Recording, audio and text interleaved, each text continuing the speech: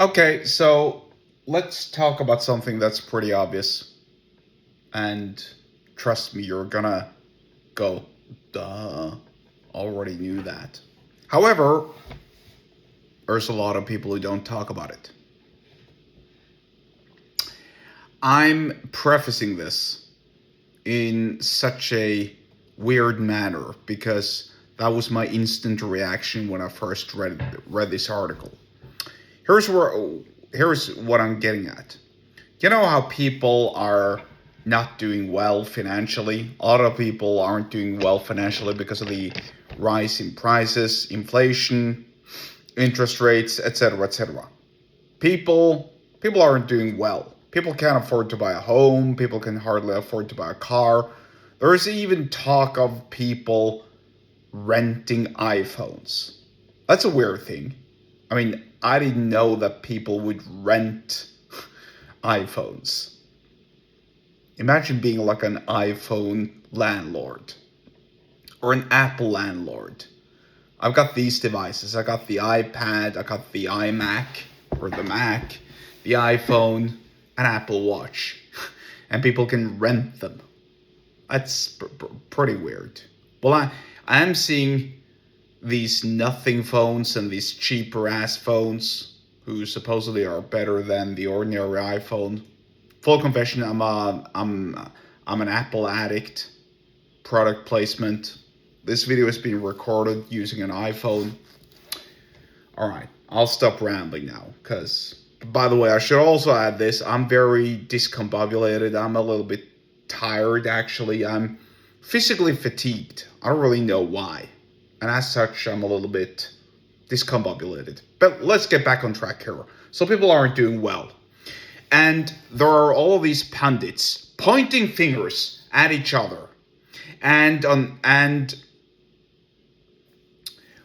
on other institutions and people.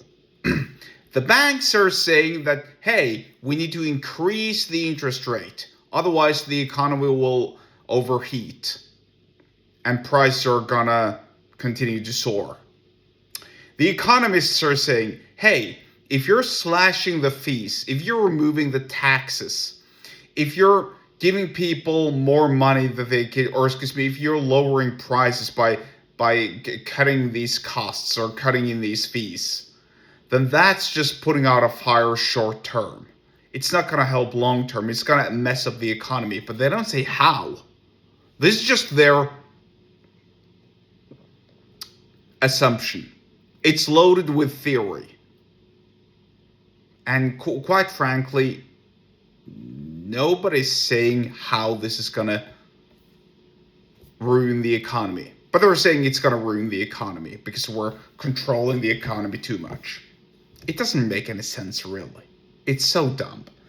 And then you have the union saying, hey, people need more purchasing power. We need to increase the salaries.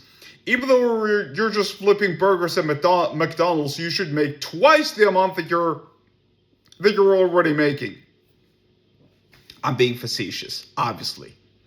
But I'm just saying that all of these institutions, the banks, the economists, the unions, they're all cross-pointing fingers at each other and at other problems instead of providing you with the real and only solution that matters when it comes to financial turbulence, let's say.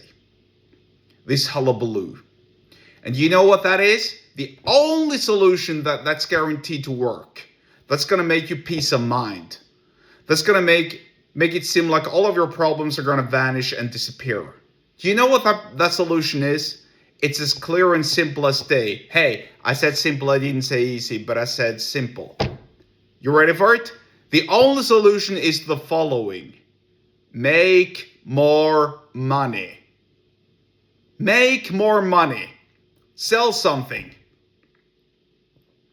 Find a problem, find an issue, then deliver that issue to the market.